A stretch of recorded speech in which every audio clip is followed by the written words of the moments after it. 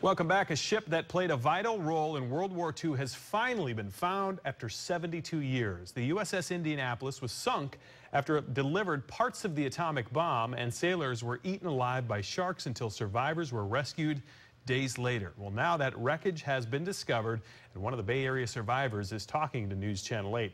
News Channel 8's John Rogers joins us now live from Sarasota to share what he had to say. And John, I got to imagine this is quite a story to listen to.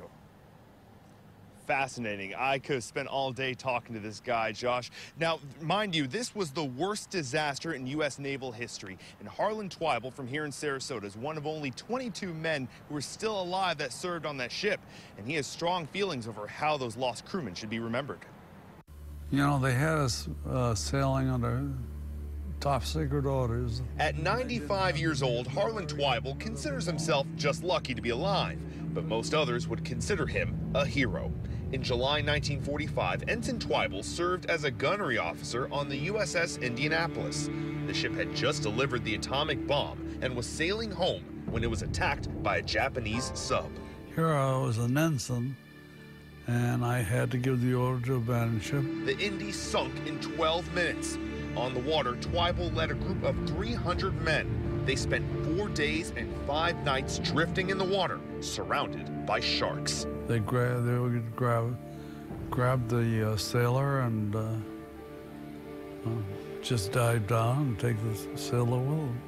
Exposure to the elements was just as deadly.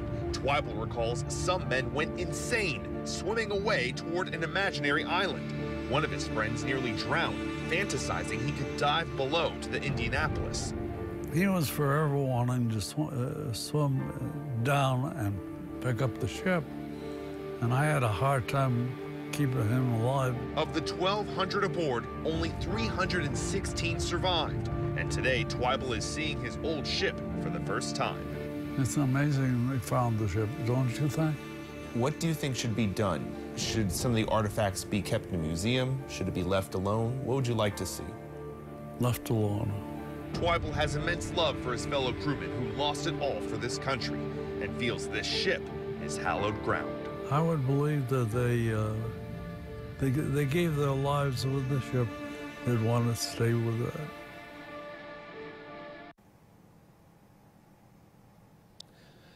Now, this ship was found 3.5 miles underwater in the North Pacific Ocean.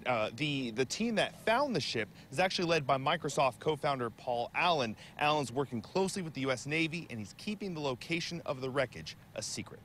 Back to you. Yeah, such a sad story, but a fascinating story to finally have found that this many years later. John Rogers live for us in Sarasota. Thanks, John.